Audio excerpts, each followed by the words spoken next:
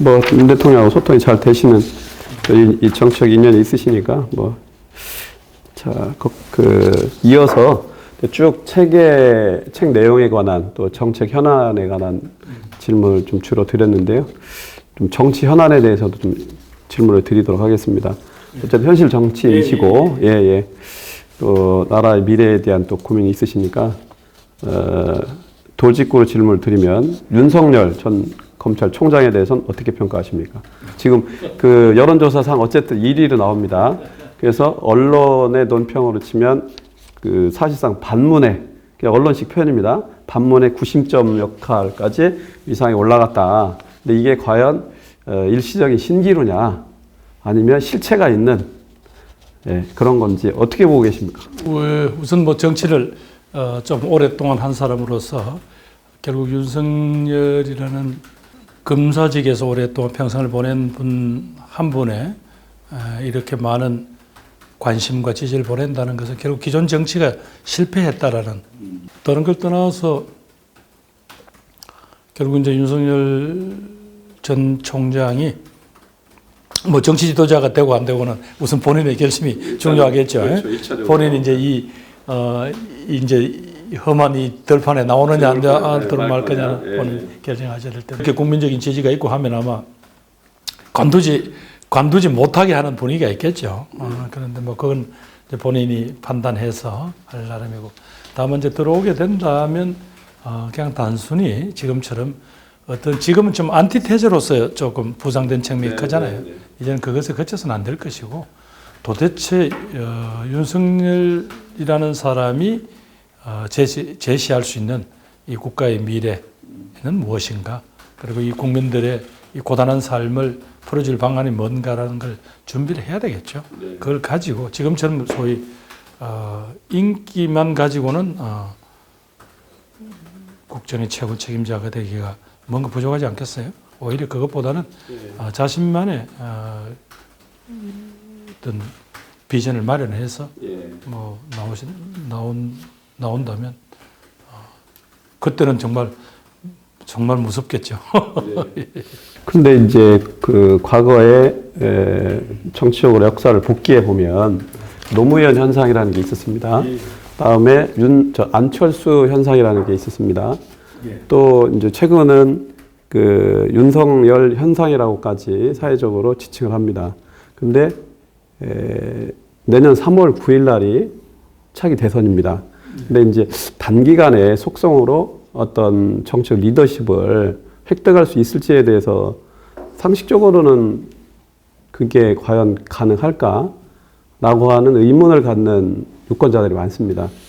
또 어떻게 보면 선의의 경쟁을 할 수도 있는데 정치 선배로서 하시고 싶은 말씀 있으면 한번 조언을 주시죠. 워낙 이제 우리 책에도 말씀드렸다시피 우리 공동체 전체가 기로에 서 있기 때문에 뭔가 과거처럼 축적되고 예측 가능한 어떤 그런 미래보다는 좀 더 다이나믹하고 또 어떤 뭔가 사실은 좀 혁명적인 변화 이런 걸 기대하는 분명히 민심이 있는 것 같습니다. 또 그것이 기존의 정당과 기존의 정치가 국민들 눈에는 그게 더 이상 기대할 만한 게 없다.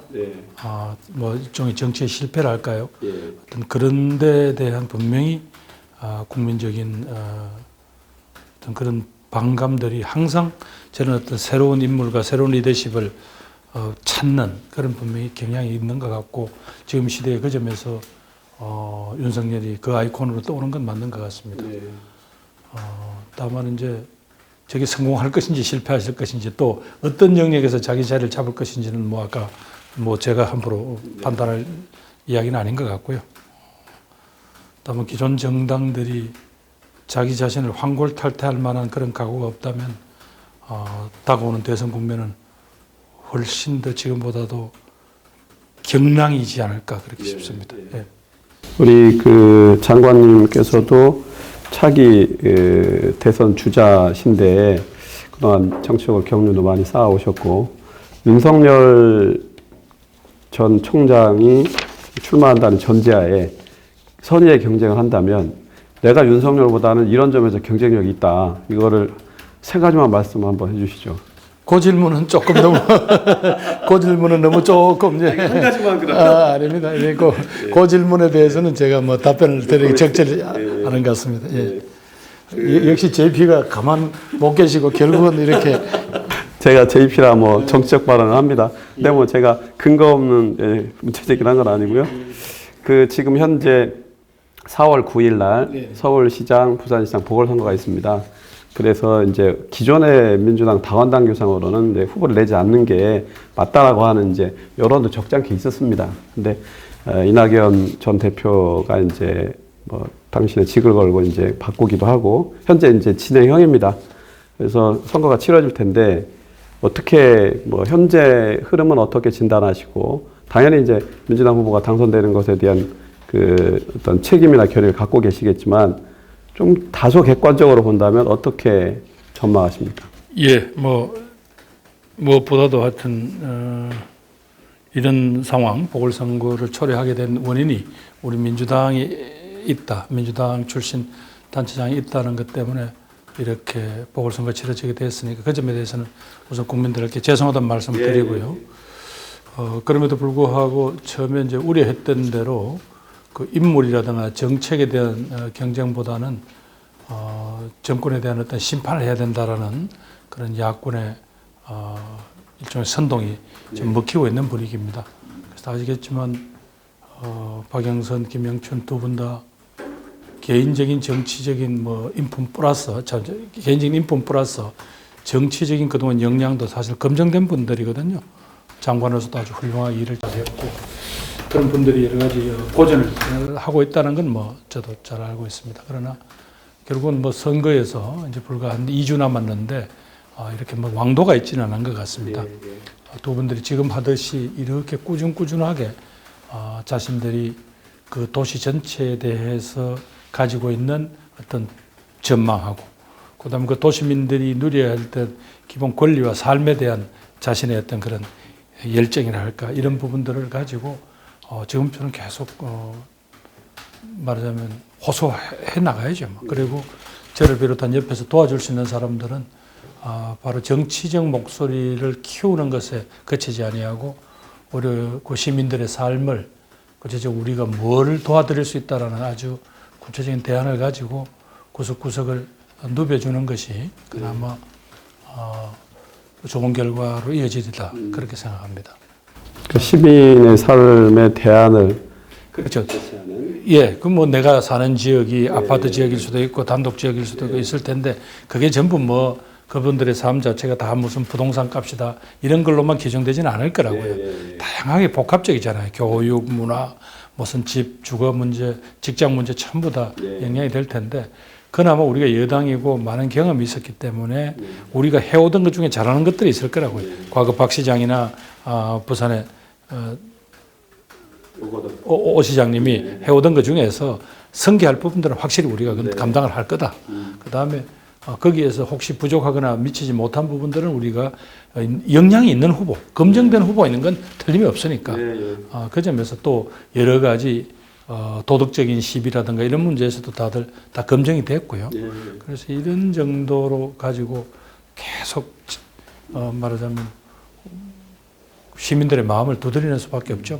전임 시장들의 성과는 계승을 하고 새로운 것을 혁신하고 그걸 가지고 또 이분들이 검증된 인물들이니까 그냥 어느 날 하루아침 나온 신데렐라들이 아니지 않습니까? 이 사람들이 검증된 사람이고 또 그러면서 부산시장, 서울시장, 부산시장을 하시기에 인격적으로는 전혀 뭐 여러 가지 흠이 없는 분들이잖아요. 그런 걸 가지고 우리가 버티는. 이제 구도가 어쨌든 정권 심판이냐 아니냐 이게 이제 더 부상하다 보니까 여론조사에서는 성과적이지 않습니다. 우리는 결국 그걸 가지고 뚜벅뚜벅 나가서 결국은 시민들의 마음에 호소하는 게 그게 제일 좋은 길인 것 같습니다.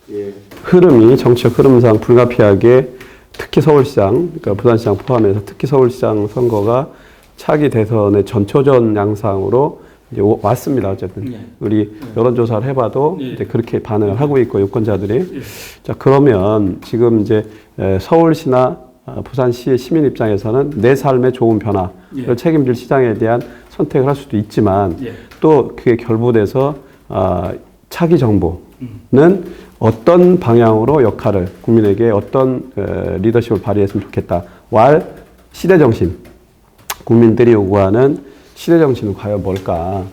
또 정치 지도자의 한 분으로서 특히 비중 있게 보시는 내용은 어떤 건지 좀 말씀해 주시죠. 예, 저는 뭐 역시 그것은 이 감당할 수 없는 우리 사회 감당할 수 없는 양극화와 양가의 극복과 결국 국민 통합의 공동체를 할까요?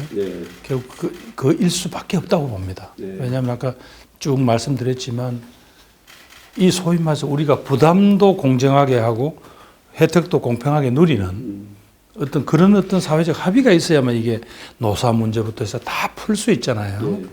복지 문제 뭐 이런 문제 결국 그러려면 우선 우리 사회가 감당할 수 없는 양극화를 이대로 방치하고는 이건 더 이상 나아갈 수 없다라는 게 지금 점점 현실화되고 있습니다. 아마 곳곳에 그런 사회적인 현상들이 나타날 거라고 저는 봅니다.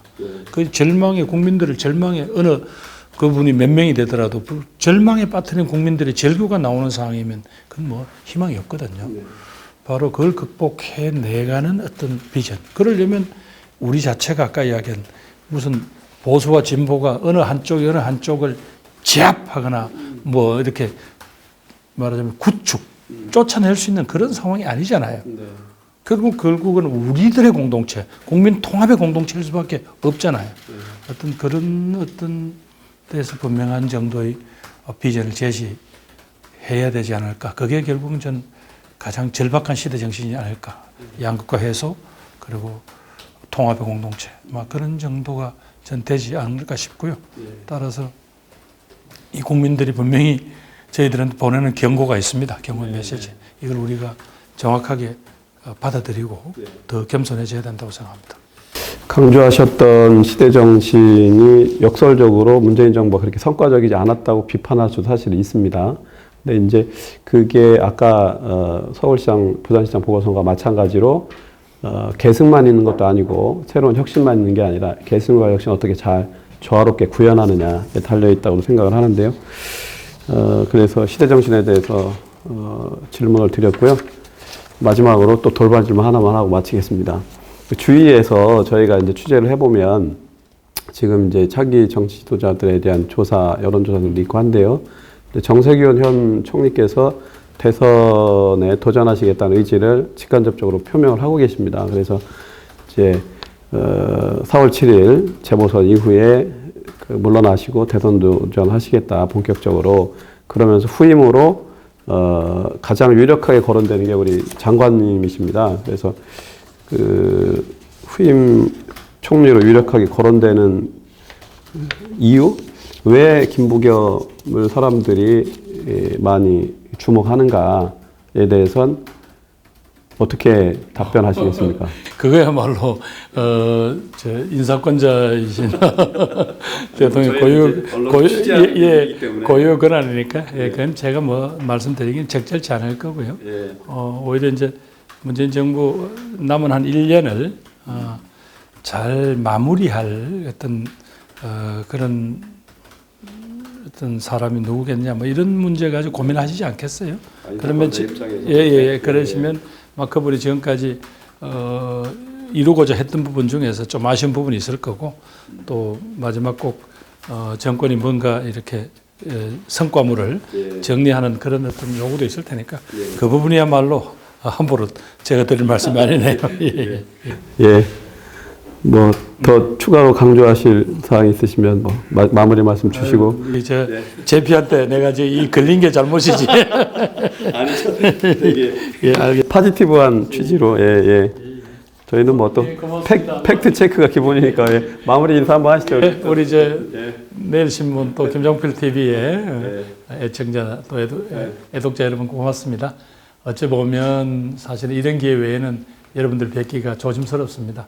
특히 요즘처럼 이렇게 정치한다는 것 때문에 국민들에게 이렇게 혼이 나고 있는 또 채찍을 맞고 있는 이 하루하루가 정말 부끄럽고 죄송합니다. 그러나 하여튼 누군가는 감당해야 될 일이다라고 생각을 하고 최선을 다해서 이른바 밥값을 하는 그런 정치인이 되도록 노력하겠습니다. 고맙습니다. 네, 수고하셨습니다.